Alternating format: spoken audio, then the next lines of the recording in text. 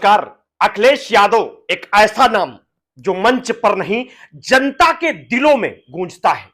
जहां भी जाते हैं वहां सिर्फ भीड़ नहीं उमड़ती, एक लहर उठती है जो बदलाव की, भरोसे की और नए भारत की बात करती है। युवाओं के बीच वे सिर्फ एक नेता नहीं बल्कि एक आइकॉन है, एक ऐसा चेहरा जो राजनीति को नए तेवर और नई भाषा देता है। हिंदी पट्टी में शायद ही कोई दूसरा क्षेत्रीय नेता होगा जिसकी रैली में युवाओं की दीवानगी इस कदर दिखाई देती हो कि सड़कें लाल टोपियों से भर जाती हैं और नारे किसी क्रांति की शुरुआत जैसे लगते हैं।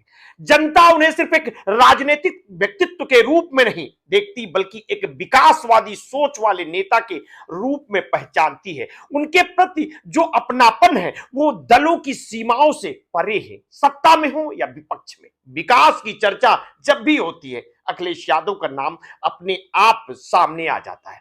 उनके काम, उनकी नीतियां और उनकी शैली उन्हें बाकी नेताओं से बिल्कुल अलग बनाती है। आज वही अखिलेश यादव बिहार की मिट्टी पर है जहां चुनावी हवा में उनका अंदाज एक नई कहानी लिख रहा था। पूर्णिया के दमदाहा में उनकी रैली इसका ताजा उदाहरण थी, जहां जनसागर उमड़ पड़ा। मंच पर जैसे ही उन्होंने माइक संभाला, भीड़ में जैसे बिजली दौड़ गई। इस बार अखिलेश का भाषण केवल विकास की किताबों तक सीमित नहीं था। उन्होंने कहा कि अब बात डेटा की नहीं, जेब की होगी। जब उस जेब की जो सरकार की नीतियों से खाली हो चुकी है, उन्होंने तीखे अंदाज में कहा कि ये चुनाव केवल वोट का नहीं बल्कि राशन बचाने का चुनाव है। अखिलेश ने अपने भाषण में वो बात कही जो आम आदमी के दिल में बरसों से जमा हो रही थी, महंगाई और मुनाफाखोरी की चोट। उन्होंने कहा कि सरकार की चोरी इतनी बढ़ गई है कि पार्ले जी बिस्किट का साइज भी अब छोटा हो गया है। यह उदाहरण सुनकर भीड़ ठहाकों से गूंज उठी, लेकिन उनके व्यंग में एक गहरी सच्चाई छिपी थी। हर चीज में, हर जेब में, हर रसोई में चोरी हो रही है। उन्होंने एनडीए सरकार को कटघरे में खड़ा करते हुए कहा कि बिहार में 20 साल और दिल्ली में 10 साल, कुल 30 साल की सत्ता का हिसाब अब जनता मांगेगी। उनकी आवाज में चुनौती थी, लेकिन उनके पीछे एक ठोस जनभावना भी थी। यह वही भावना थी जो नोटबंदी, महंगाई, बेरोजगारी और किसान संकट की मार झेल रही जनता में उबल रही है।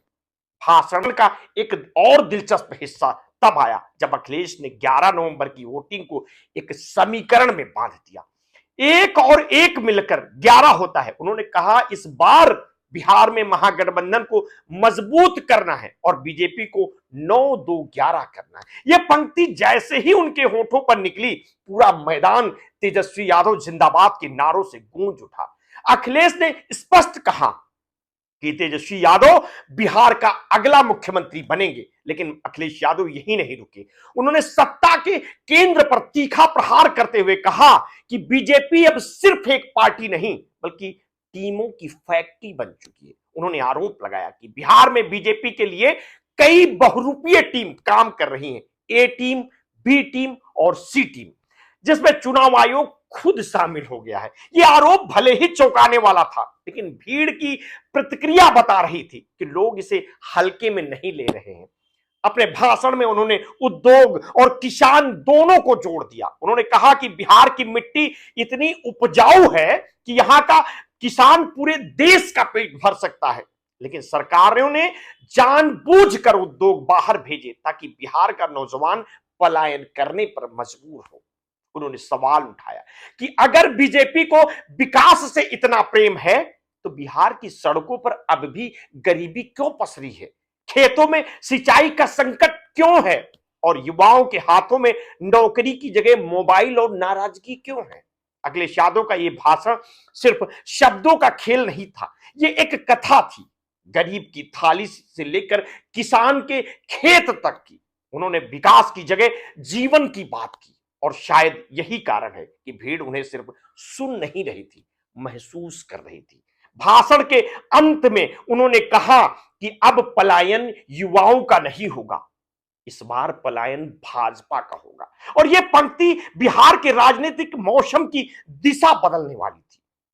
धमदाहा की जनता तालियों की गड़गड़ाहट में जैसे अपनी राय दे चुकी थी। इस रैली ने एक बात साफ कर दी, अखिलेश यादव अब केवल उत्तर प्रदेश की राजनीति तक सीमित नहीं है, वे हिंदी पट्टी के उस युवा वर्ग की आवाज बन चुके हैं जो ठगी और झूठे वादों से थक चुका है। उनकी राजनीति में व्यंग है, लेकिन साथ ही जनसंवाद की सच्चाई भी है। बिहार की हवा में अब एक नई कहानी तैर रही है, जहां तेजस्वी यादव का चेहरा और अखिलेश यादव की भाषा मिलकर एक ऐसे परिवर्तन का वादा कर रही है जो केवल सियासत नहीं, एक सामाजिक आंदोलन जैसा महसूस होता है। अखिलेश यादव आज उस पीढ़ी के प्रतीक बन चुके हैं जो राजनीति को गाली नहीं, जिम्मेदारी मानती है। उनकी रैलियां केवल वोट की मांग नहीं करती, एक नए भारत की परिकल्पना करती है, जहां विकास का मतलब सड़कें और पुल ही नहीं, बल्कि सम्मान, रोजगार और समान अवसर हो।